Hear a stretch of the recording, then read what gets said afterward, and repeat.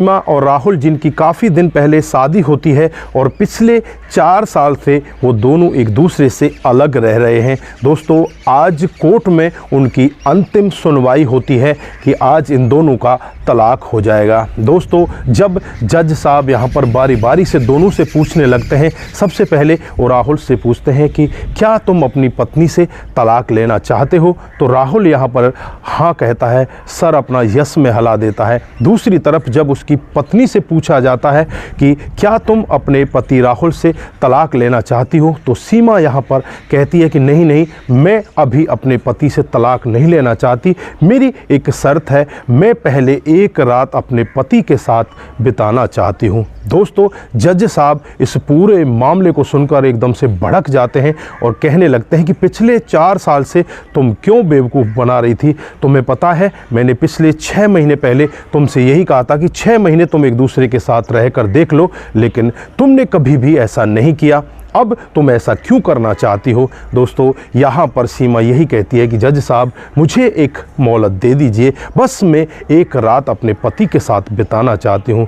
दोस्तों, जज साहब भी बहुत ही दयालु दिल के होते हैं और कहने लगते हैं कि ठीक है, तुम्हें मैं आदेश देता हूँ कि तुम एक रात अपने पति के साथ बिता सकती हो। दोस्तों, फिर यहाँ पर जो पति होता है वो अपनी पत्नी की तरफ देखता है और बस देखकर नीचे की तरफ गर्दन कर लेता है, लेकिन जज साहब का आदेश होता है। इधर जो पत्नी होती है अपने पति से कहने लगती है कि आज की रात हम घर पर नहीं मिलेंगे, आज की रात हम एक होटल में मिलेंगे और 7:30 बजे तुम्हें इस होटल में पहुंचना है। दोस्तों, यहाँ पर सीमा राहुल को ये वाक्य बताकर वहाँ से अपने घर के लिए निकल जाती है। राहुल भी अपने घर के लिए निकल जाता है।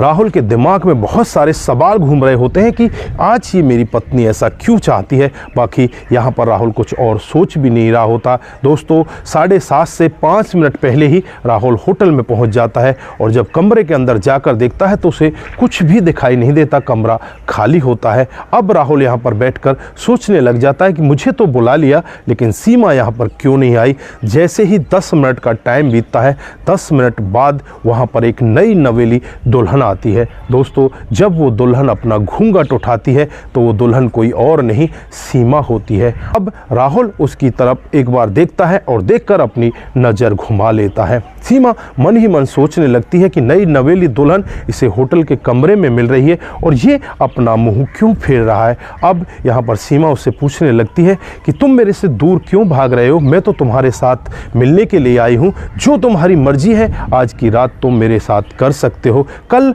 चाहे जो तुम्हारा मन करे वो कर लेना। तुम तलाक लेना चाहते हो तो मैं तुम्हें कल तलाक दे दूंगी, लेकिन आज की रात मैं तुम्हारी दुल्हन बनकर आई हूँ, आज की रात मेरे साथ तुम उसी तरह से बिताओ।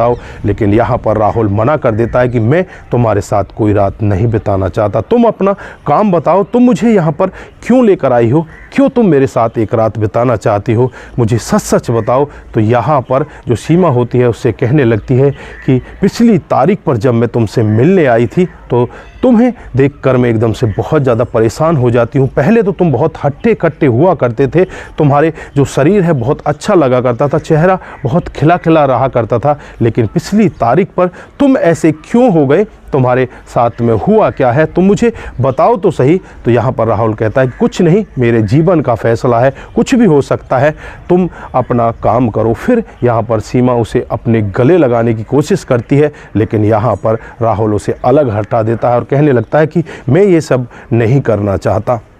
फिर यहाँ पर सीमा रिक्वेस्ट करने लगती है और कहने लगती है कि अगर तुमने कभी भी जरा सा भी मुझसे प्यार किया है, जीवन में कभी भी अगर तुम्हें मैं अच्छी लगी हूँ, तो उस पल की तुम्हें कसम है, एक बार मुझे ये तो बता दो कि तुम्हारे साथ में हुआ क्या है, तुम इतने परेशान क्यों हो, तुम इतने दुबले पतले क्यों होते जा रहे हो। दोस्तों, राहुल भी थोड़ा सा यहाँ पर टूट जाता है और टूट कर एक वाक्य बताने लगता है। वो बताता है कि जब पिछली तारीख से पहले एक दिन मेरे पेट में दर्द हो जाता है और दर्द को दिखाने के लिए मैं नज़दीकी हॉस्पिटल में पहुंच जाता हूं और वहां जाकर जब मैं चेकअप कराता हूं तो मुझे पता चलता है कि मेरे ब्लड कैंसर है और अब मैं ज़्यादा दिन का मेहमान नहीं हूं, 5-6 महीने के बाद ही मेरी मौत हो जाएगी। दोस्तों, पत्नी ये वाक्य सुनकर एकदम से बहुत हैरान हो जाती है और यहाँ पर राहुल कहने लगता है कि अब मुझे किसी की कोई आशा नहीं है, मैं जीऊँ भी तो किसके सहारे जीऊँ, मेरा कोई है ही नहीं। अगर मेरे बच्चे होते, मेरी बीवी होती तो शायद मैं उनके लिए कुछ दिन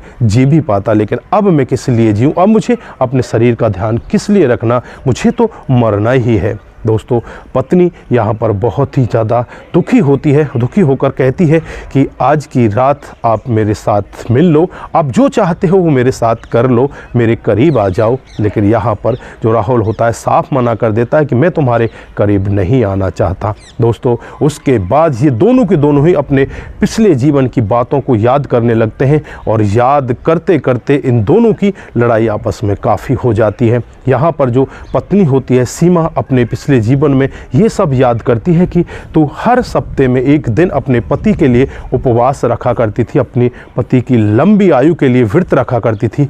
आज तेरे पति पर ऐसी आपत्ति आ गई और तू इसे छोड़कर अलग होना चाहती है, इसे तलाक देना चाहती है। दोस्तों, वो वहीं पर बहुत ज़्यादा इमोशनल हो जाती है और वहीं बैठकर रोने लगती है।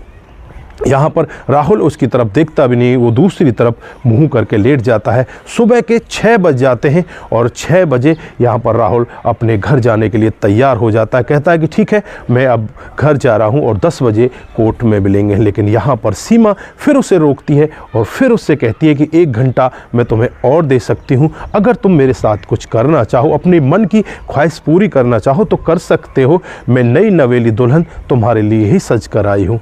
दोस्तों, यहाँ पर राहुल फिर से मना कर देता है और सीमा और राहुल दोनों एक दूसरे से अलग होकर सीधे सीधे अपने अपने घर चले जाते हैं।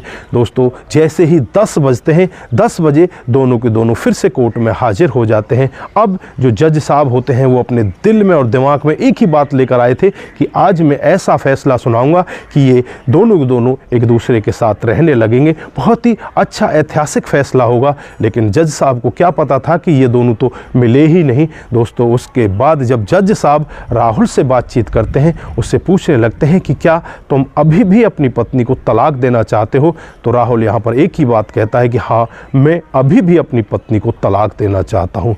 दोस्तों, जज साहब के मानो पैरों तले ज़मीन खिसक जाती है कि ये आज भी ऐसा ही है। इसकी पत्नी से एक रात मिलने के लिए क्यों कह रही थी, उस रात में इनके साथ में हुआ क्या है।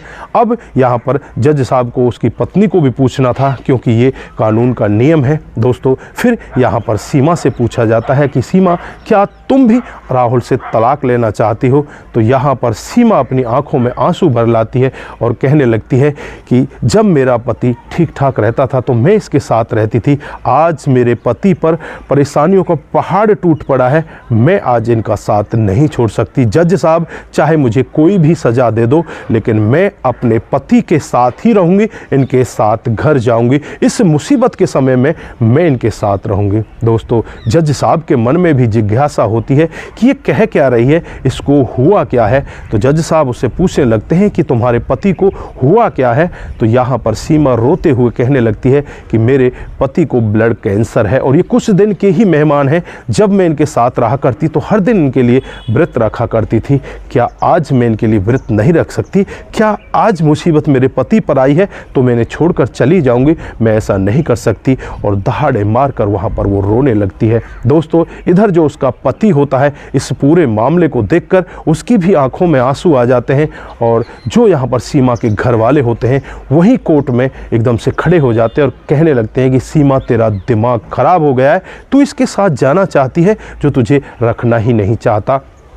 अब तू ऐसा कर, इसको तलाक दे दे, ये तो मरने वाला है, 6 महीने में मर जाएगा, तू कैसे अपने जीवन को आगे बढ़ाएगी, तू पागल मत हो, तू इसको छोड़ दे और तेरी हम दूसरी जगह शादी करा देंगे। दोस्तों, सीमा यहाँ पर अपने घर वालों को डांटते हुए कहने लगती है कि पापा, मम्मी, मैं तुम्हारे साथ घर नहीं जाऊँगी, आज से मेरा तुम्हारा कोई रिश्ता नहीं है, अगर मैं जीऊँगी तो अपने पति के साथ जीऊँगी, अगर मरूँगी तो अपने पति के साथ ही मरूँगी, अगर वो मर रहे हैं तो मैं भी इनके साथ ही मर जाऊंगी। दोस्तों ऐसा वाक्य सुनकर यहाँ पर जो राहुल होता है एकदम से टूट जाता है और घुटनों के बल बैठकर कोर्ट में ही दहाड़े मारकर रोने लगता है। इधर जो उसकी पत्नी होती है सीमा उसे उठाती है, उठाकर उसे गले लगाती है और कहने लगती है कि तुम्हें रोने की ज़रूरत नहीं है, मैं तुम्हें एक बार भगवान से भी छीन लाऊंगी, मैं तुम्हें मरने नहीं दूंगी। दोस्तों दोनों एक दूसरे के गले लग जाते हैं। कोर्ट में ही तालियां बजने लगती हैं। इधर जो सीमा होती है उसके घर वाले तो बहुत परेशान होते हैं। जज साहब खुद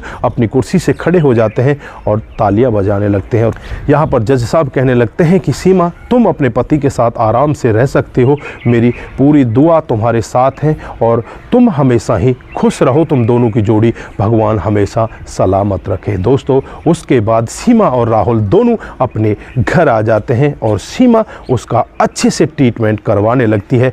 धीरे धीरे समय बीतने लगता है और उनका जीवन बड़े ही अच्छे तरीके से अब कटने लगा है। तो दोस्तों ये थी आज की एक छोटी सी भावपूर्ण कहानी। अगर आप लोगों को जरा सी भी प्रभावित करती है, जरा सी भी अच्छी लगती है तो दोस्तों के साथ ज़रूर शेयर करके जाएं। दोस्तों आपका एक शेयर हमें आगे बढ़ाता है और इसी तरह से अच्छी अच्छी कहानियाँ हम आपके बीच लेकर हाजिर होते रहेंगे। दोस्तों आप सभी का बहुत बहुत धन्यवाद। नमस्कार, जय हिंद,